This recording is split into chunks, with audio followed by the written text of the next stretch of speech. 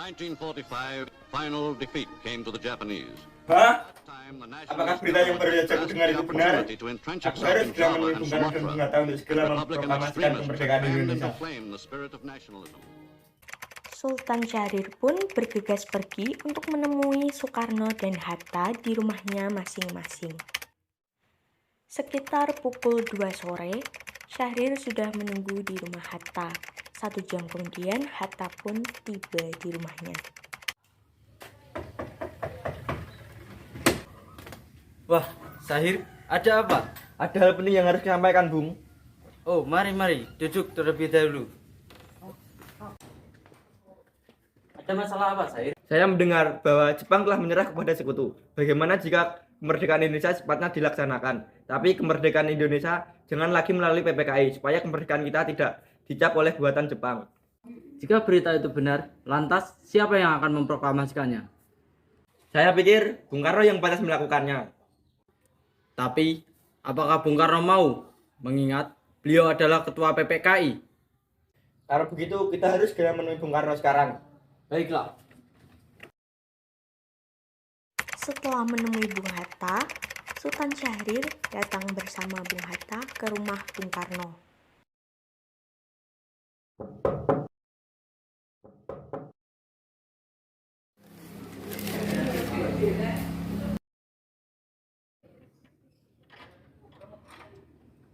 Oh kalian, mari masuk.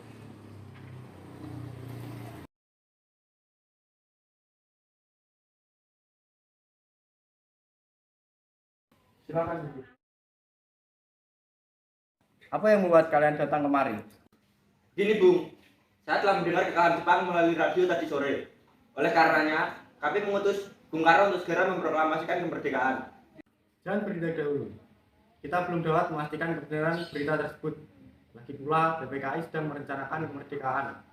Tapi saya dapat memastikan kebenarannya, Bung. Syahrir, benar yang dikatakan Bung Karno. Kita jangan bertindak terlebih dahulu, mengingat ini menyangkut dengan keselamatan rakyat. Baiklah, saya mengerti. Bung Karno lebih paham akan keselamatan rakyat kita. Saya pamit terlebih dahulu.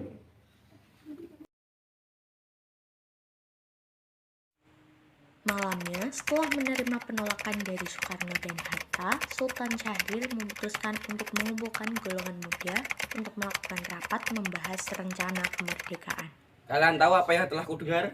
Ada berita apa, Bung? Saya mendengar bahwa Jepang telah menyerah kepada sekutu. Dan kita harus segera mendesak golongan tua segera memproklamasikan kemerdekaan Indonesia. Betul sekali kawan. Tetapi jangan sampai kemerdekaan Indonesia diproklamasikan oleh PPKI. Kenapa kau berpendapat demikian, kawan? Karena PPKI adalah bentuk dari Jepang. Kita tidak ingin Jepang turut ikut campur tangan terhadap kemerdekaan Indonesia. Kemerdekaan Indonesia adalah hak seluruh bangsa Indonesia, tidak tergantung dari pihak manapun. Lalu siapa yang layak memproklamasikan kemerdekaan ini, kawan? Bung Karno, karena dia pemimpin rakyat dan atas nama rakyat akan disiarkan di radio. Kita harus segera membujuk golongan tua. Sebaiknya setelah Bung Karno pulang dari Delat, kita harus menemuinya. Betul. Keesokan harinya, tanggal 15 Agustus, seorang pemuda lainnya yakni Subadio kembali mendatangi Bung Hatta di kediaman rumahnya. Bung, bagaimana keputusannya? Kami belum mengambil keputusan apapun, karena berita itu belum pasti kebenarannya. Kami sangat yakin, Bung, hampir seluruh pemuda mendengar berita itu. Ini kesempatan yang sangat bagus untuk memproklamasikan kemerdekaan kita. Kami senang dengan berita itu, tapi ini harus dipertimbangkan lagi. Kami barisan pemuda menginginkan kemerdekaan Indonesia secepatnya dilaksanakan. Kami rindu kebebasan. Sebenarnya saya setuju, tapi kita harus menunggu keputusan dari Bung Karno, karena nantinya beliau yang akan memproklamasikannya. Setelah perundingan yang terjadi dan golongan muda yang menemui Bung Hatta, mereka memutuskan untuk menemui Bung Karno di rumahnya. Bersama Khairul Saleh, Sultan Syahrir, Bikana, Darwis, dan Subadio, mereka datang di kediaman Bung Karno malam itu. Ternyata, di sana terdapat beberapa golongan tua, termasuk Bung Hatta, Ahmad Subarjo, Dr. Buntaran, Dr. Sanusi, dan Iwa Kusuma Sumantri. Permisi, Bung. Wikana, Apa yang membuat kalian datang kemari? Silakan duduk.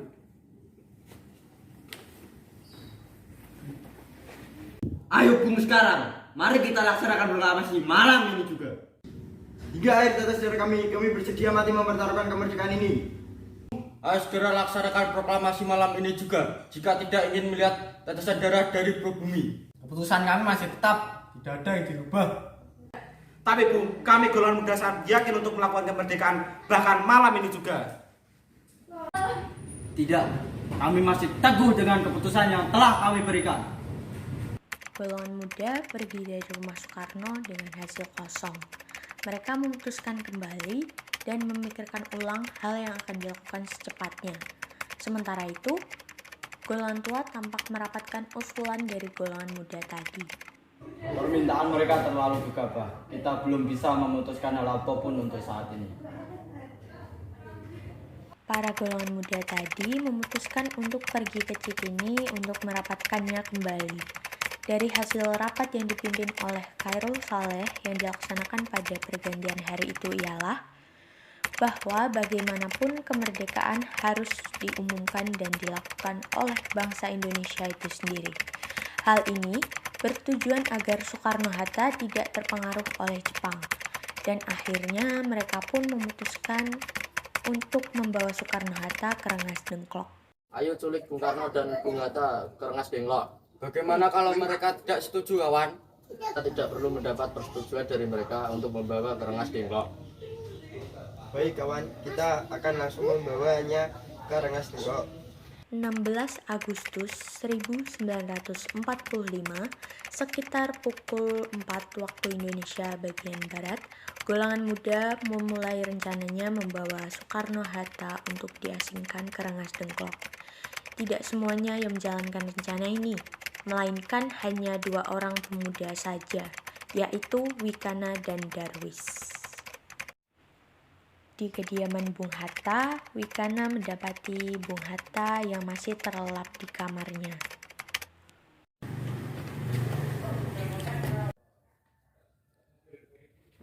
Ada apa, Wikana? Ayo, mari ikut saya, Bung.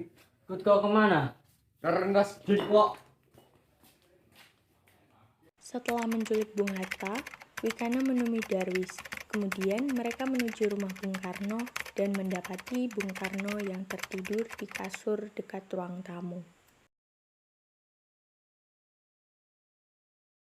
Bung. Ada apa yang membuat kalian datang kemari? Maaf Bung ganggu waktu Bung Karno, tapi tolong ikuti saja kami. Golongan muda pun tiba di Rengas Dengklok dan segera mengamankan Soekarno dan Muhammad Hatta. Tak lama kemudian, golongan tua sampai ke Rengas Dengklok. Tetapi, para golongan tua tersebut dihadang oleh peta dan tidak diperbolehkan masuk. Maaf, kalian tidak boleh masuk. Biarkan kami masuk untuk menemui Soekarno-Hatta. Kami diminta untuk menjaga kawasan Rengas Dengklok dari jangkauan Jepang. Kami adalah saudara Soekarno dan Hatta, jadi persilakan kami untuk masuk. Peta yang tadinya menghadang golongan tua itu pun akhirnya memperbolehkan golongan tua itu masuk ke dalam. Ahmad Subardjo masuk ke dalam rumah di mana Soekarno dan Bung Hatta diasingkan. Di dalam, Ahmad Subardjo bertemu dengan golongan muda yang tampak berkumpul di ruang tamu. Di mana kalian menyebutkan Bung Karno dan Bung Hatta? Mereka harus kembali ke Jakarta sekarang juga. Ya, karena hal ini dapat menggagalkan rencana kami yang kesekian kalinya. Kita tetap melaksanakan kemerdekaan kita. Bahkan sekarang juga. Ada jaminan apapun mengenai hal ini untuk kami percaya. Aku akan menjamin jika kalian membebaskan Bung Karno dan Bung Hatta malam hari ini, akan pastikan kemerdekaan untuk esok hari dan kepala aku ada di tangan kalian. Baiklah. Golongan muda tampak berpikir sejenak sebelum menyetujui ungkapan Ahmad Subardjo. Mereka memutuskan membebaskan Soekarno dan Hatta untuk kembali ke Jakarta. Sesampainya di Jakarta,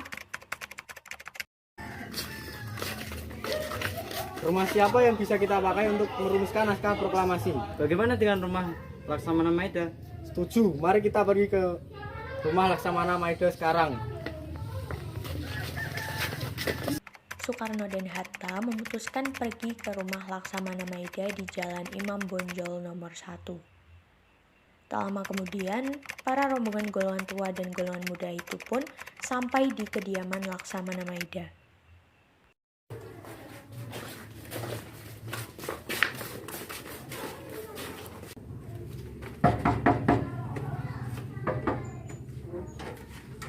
Bung Karno, ada apa ramai-ramai datang kemari? Kami ingin meminjam rumahmu untuk merumuskan naskah proklamasi. Silakan masuk, silakan masuk. Ruangan mana yang bisa kita pakai? Pakai saja serbu depan sama ruangan tengah. Keamanan akan saya jamin. Baiklah, terima kasih. 17 Agustus 1945 dini hari, di ruang makan rumah Laksamana Maida, Insinyur Soekarno, Dr. Andes Muhammad Hatta, dan Ahmad Subarjo berkumpul untuk merumuskan naskah proklamasi. Saudara-saudara, bagaimanakah bunyi naskah teks proklamasi kita? Kami bangsa Indonesia dengan ini menyatakan kemerdekaan Indonesia. Baik, sudah saya tulis. Lanjutannya Bung, hal-hal yang mengenai pemindahan kekuasaan dan lain-lain dilaksanakan dengan cara seksama dan dalam tempo yang sesingkat-singkatnya. Di Jakarta, 17 Agustus 1945. Wakil Bangsa Indonesia. Ya, sudah selesai. Golongan tua berjalan keluar menuju serambi depan untuk menunjukkan naskah proklamasi kemerdekaan tadi kepada golongan muda. Bagaimana dengan teks ini?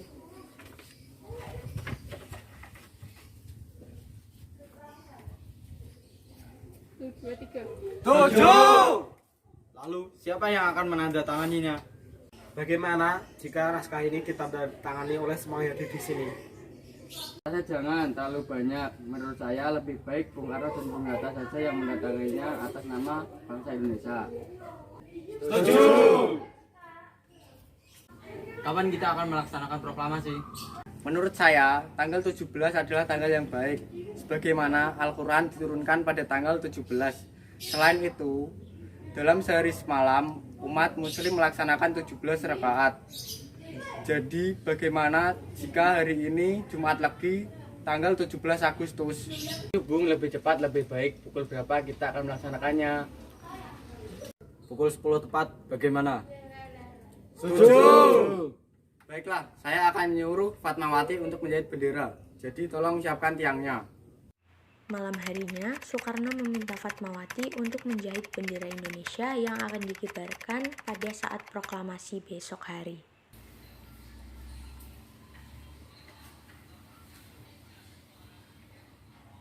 Adinda, bersediakah dirimu menjahit bendera untuk Indonesia?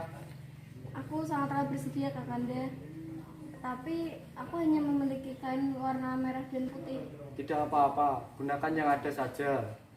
Bagaimana kalau kita memberi nama bendera merah putih dengan sebutan Sangkaka Merah Putih? Apa artinya? Warna merah yang berarti berani, putih suci. Setuju. Terima kasih Adinda. Iya Kakanda. Setelahnya, Fatmawati langsung menjahit bendera merah putih berukuran 2x3 meter di ruang makan dengan tangannya.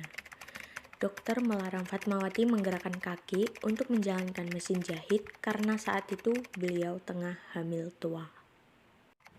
Setelah semua persiapan selesai, upacara siap untuk dilaksanakan. Pada hari Jumat tanggal 17 Agustus 1945, pukul 10 waktu Indonesia bagian Barat, upacara dilakukan di teras rumah Insinyur Soekarno, tepatnya di Jalan Pegangsaan Timur nomor 56, Jakarta Timur. Trimurti menyiapkan barisan. Setelah siap, Trimurti pun menjemput Soekarno. Bung Karno, semuanya sudah siap. Silahkan Bung Karno bisa mempersiapkan diri di depan. Bagaimana dengan benderanya Dinda? Apakah sudah jadi? Sudah Kakande, sebentar saya akan menunjukkan.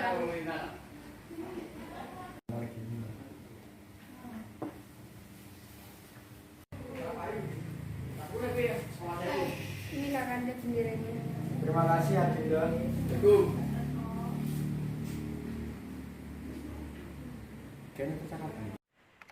Setelahnya Trimurti memanggil Suhud dan Latif. Ada apa, Komandan? Kuberi kau tanggung jawab untuk mengibarkan sangsaka merah putih.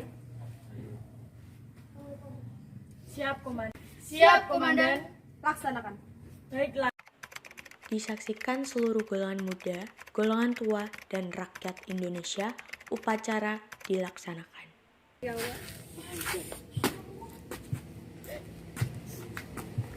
Lapor, Komandan. Semuanya siap. Laksanakan. Laksanakan.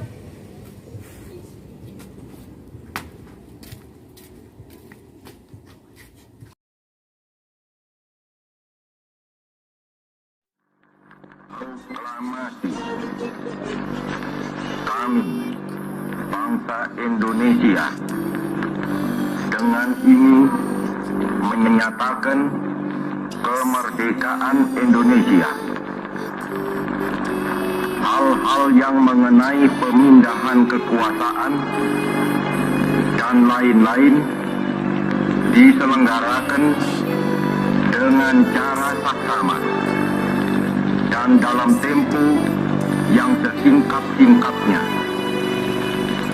Jakarta, 17 Agustus 1945, atas nama bangsa Indonesia, Soekarno,